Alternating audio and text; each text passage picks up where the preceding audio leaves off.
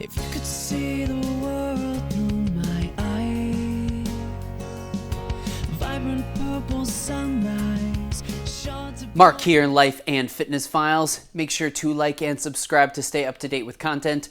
Today, I wanted to give you a quick recap and rundown of the Huberman Lab podcast specific to colds and flus. In case you don't have 2 hours, I'm going to sum up some of the key points so you can take that away and put that into action to help you in your life. So Huberman Lab podcast, if you haven't checked that out, it's definitely informative. Some of the episodes are 2 to 3 hours long, but to sum it up, here are the key points. First, he talks about when you're contagious and when you're not contagious. A lot of times we hear people say, oh, it's viral. Well, cold is actually a virus. So you're saying it's viral. Well, any of that can be contagious. The other thing that people say is, oh, I'm not contagious anymore. I'm past the contagious part because I'm coughing, sneezing, my eyes are dripping, so I'm not contagious. That's actually not true. Something to keep in mind if you're around people when you're sick or around people that are sick, or decide, should I really be at work today? That being said, it's almost impossible to avoid being exposed to cold or flu. So we have to live our lives, but this information helps you to go forward with knowledge so you can adjust accordingly, trying to prevent it, and then also supporting your body when you actually do get sick. He talks about having an innate immune system, which is like mucosal lining, trying to prevent those things from even getting into our body. Then you have the adaptive immune system, which is sending those cells to help fight off the virus and get rid of it once it's already in your body. There is a list of things that we can do to help us fight things off and prevent getting sick. Some of these are not super shocking. Get good sleep, have good nutrition, exercise, which we'll talk about more here in a minute, can help prevent getting sick. There are some studies showing that intermittent fasting can help boost your immune system, but prolonged fasts can be detrimental to our immune system, especially if you are trying to prevent getting sick or you're already feeling sick. It's not going to help in that matter. So something just to be mindful of. Obviously has other benefits. So if you're doing those, you just want to be aware. Then having multiple servings of low sugar fermented foods is also helpful to our gut, but then also our immune system. So those are a few things to keep in mind if you're trying to prevent getting sick or battling being sick. Another key part of preventing getting sick is focus on primarily breathing through your nose. Outside of hard exercise, which makes it very difficult to breathe just through your nose, it's really important to breathe through your nose because it prevents a lot of those virus particles from getting into our body in the first place. And then it also kicks in mucosal lining and all kinds of things that will help prevent that illness and just keep it out of your body. Not to mention nasal breathing has a ton of other benefits like nitric oxide, etc. But focus on nasal breathing outside of hard exercise as much as you can for a myriad of reasons. So what about exercise when you're sick? Well, exercise can actually boost your immune system in general. When you have super prolonged exercise, like 60 to 90 minutes, it can actually compromise your immune system for the time being. So something to keep in mind, but exercise from 20 to 60 minutes can generally boost your immune system.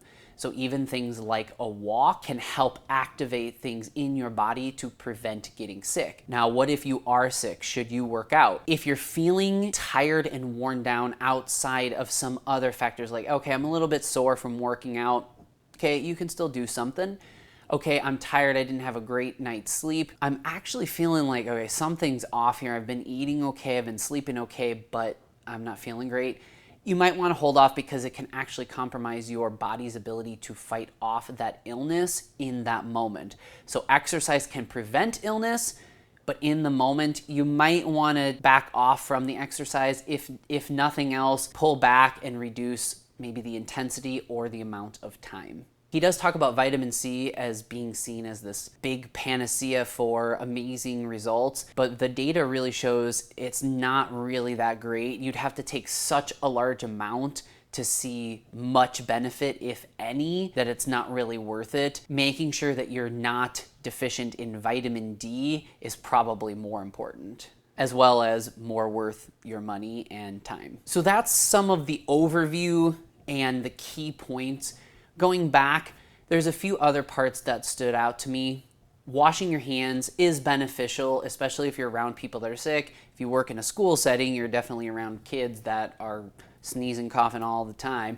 But in most workplaces, there's probably someone who's not feeling great that came to work and is sick. You're going to be exposed to it, so washing your hands is definitely something worth the time. The other part is be mindful of touching your eyes. It's a common action that most people do, and he talks about some of the research of how when we shake hands or touch someone else, our body actually brings our hand subconsciously to our face for different reasons, and we end up touching our eyes probably more than we realize. So washing your hands, keeping your hands clean, and avoiding eye contact with your hands can really prevent the spread of those viruses. The eyes are a perfect breeding ground for the virus and a easy access into our bodies. Our skin is actually one of the greatest ways to keep out viruses, but the eyes, being moist and direct access to our brain, allows those things to get in if we're not careful. So something to be mindful of. Another quick tip he gives in here is having water by your bed.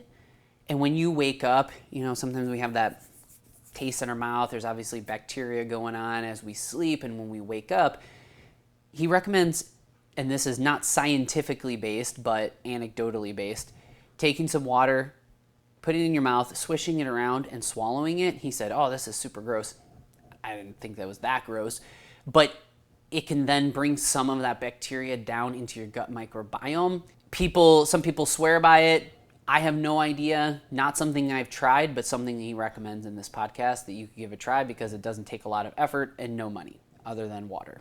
Another specific tip he gives in here that I thought was really interesting was ingesting some form of carbohydrates or fruit after an exercise. And by carbohydrates, he doesn't necessarily mean processed junk food, but something like rice or something in that nature, or some fruit, which is probably the better route, that can help restore glycogen. It can also help reduce or prevent inflammation, which is where it impacts the immune system. So try a little bit of carbohydrates or fruit after a workout, especially an intense workout, because intense workouts actually lower our immune system, but if we can lower some of that inflammation, we can combat that a little bit. Something worth trying. Another specific tool he talks about in this podcast is the use of sauna. There's a lot of data about the benefits of sauna with sleep, health, all kinds of functions in our body, but specific to the immune system, there is research showing that the use of sauna, 3 rounds of 15 minutes spread out over a few weeks, shows a benefit to our immune system.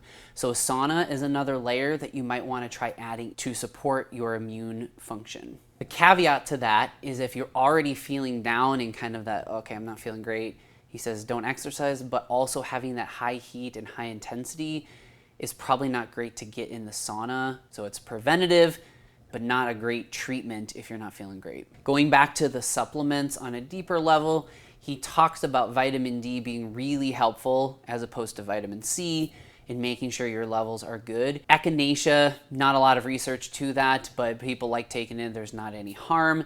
The other thing is zinc. There is science and research showing that it can be beneficial to our immune system, so those are a few things to try. Another thing to note, if you're already not feeling great, more sleep is probably going to be beneficial so your body can heal.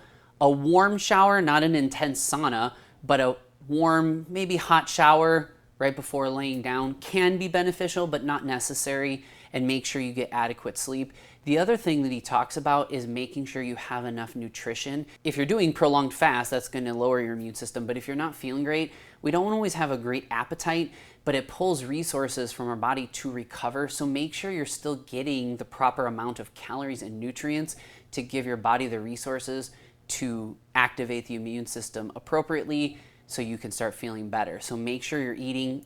Don't always feel great, but something to keep in mind. So there you have it, a quick overview of Huberman's podcast about colds and flus. Hopefully this information can be actionable and save you some time from listening to the entire podcast.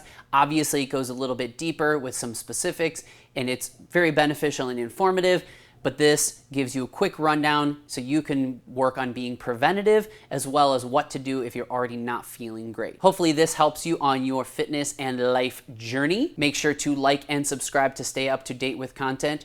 Here's to life and fitness. Peace out. What you might lose, walking miles in someone else's shoes.